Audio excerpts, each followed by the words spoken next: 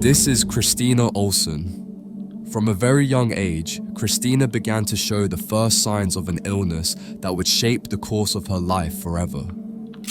Christina couldn't walk.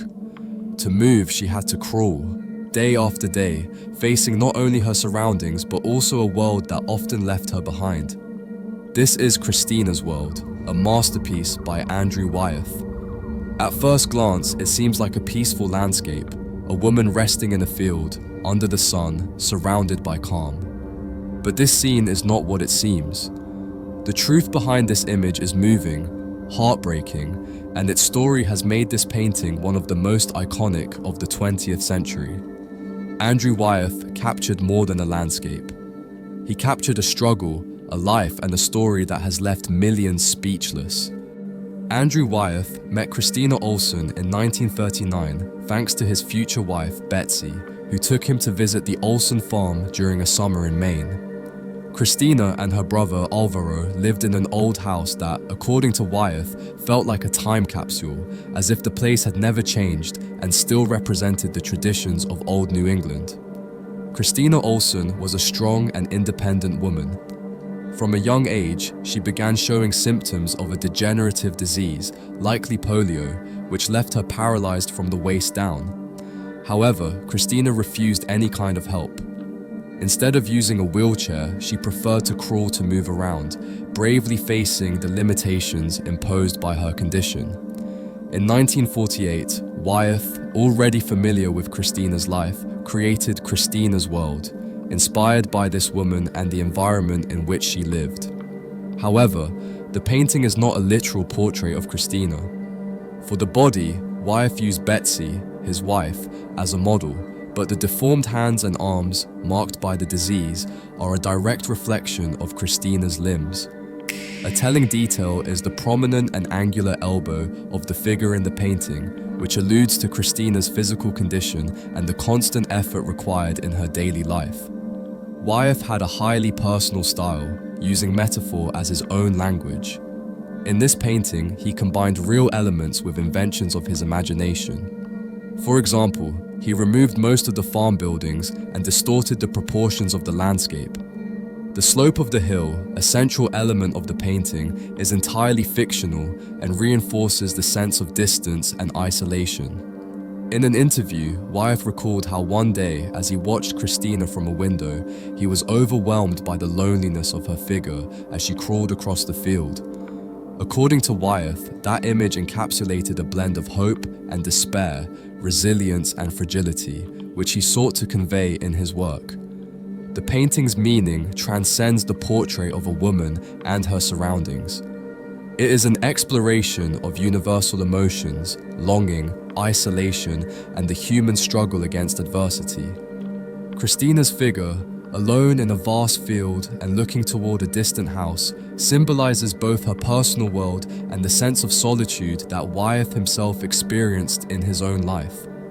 In his words, "I felt the loneliness of that figure, perhaps the same loneliness I felt myself as a child." But although it is now considered a masterpiece of American realism, this painting has also faced significant criticism. Some have questioned Wyeth's decision to use his wife, Betsy, as the model for the figure's body, rather than basing it entirely on Christina Olson.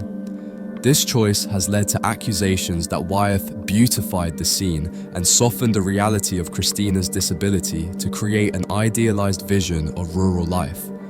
However, Wyeth defended his decision, stating, "Christina's world is more than just her portrait, it really was her whole life, and that is what she liked in it." Christina herself also expressed her love for the painting, saying, "Andy put me where he knew I wanted to be. Now that I can't be there anymore, all I do is think of that picture, and I am there." These words show that Christina did not see the painting as a literal representation, but as a reflection of her world and what it meant to her. Still, this did not stop critics from raising concerns about how her disability was portrayed in the artwork. "My cold eye took in the deformity, and it shook me. I hadn't thought about the deformity. She was so much bigger than all those little idiosyncrasies. If you really are profound about a thing and really see its essence, you don't have to have a prop like a deformity." The result is what some critics call a hybrid figure. The body is more stylized, inspired by Betsy, but the deformed arms and hands are based on Christina. This combination has divided opinions. Let me know in the comments which side you're on. When Wyeth completed Christina's World in 1948, he decided to hang it in his home, above the sofa in his living room. For weeks, the painting remained there, almost like a personal secret. One evening, Christina and her brother Alvaro visited Wyeth's home for dinner. Alvaro seated Christina on the sofa, unaware that the painting hung just above her head, out of her view. Throughout the entire dinner, no one mentioned the artwork. However, later, when Wyeth and Christina were alone, the artist took the opportunity to ask her what she thought of the painting. Christina, with a calm smile, brought her fingers to her lips as a gesture of approval. For her, the painting represented her life, her world, and the place she always belonged. Despite this significant moment, Christina's World initially went unnoticed. The artwork failed to capture the attention of visitors in Wyeth's home, leading the artist to send it to the Macbeth Gallery in New York. It was there that the painting finally began to gain recognition. Its meticulous realism and, above all, the story behind the figure depicted in the painting captured the attention of everyone who encountered it. The decisive moment came when the Museum of Modern Art in New York purchased the painting for $1,800, a modest sum by today's standards, but significant at the time. With this acquisition, Christina's World transitioned from being a personal and nearly forgotten piece to becoming a gateway for the world to learn the story of a woman from rural America, a woman who refused to be defeated by the limitations life had placed upon her. For those seeing this image for the first time, it might not provoke much emotion. At first glance, it appears to be nothing more than a simple landscape of a woman basking in the sun on the grass. But the reality is far deeper than that, and now we know the truth behind this iconic image.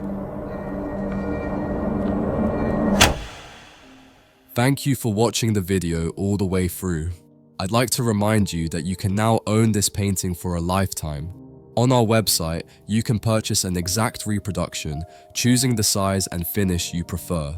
Shipping is completely free worldwide, so I invite you to check out the catalog through the link in the description. By shopping at the store, you'll be supporting me to continue creating videos like this one. See you in the next video.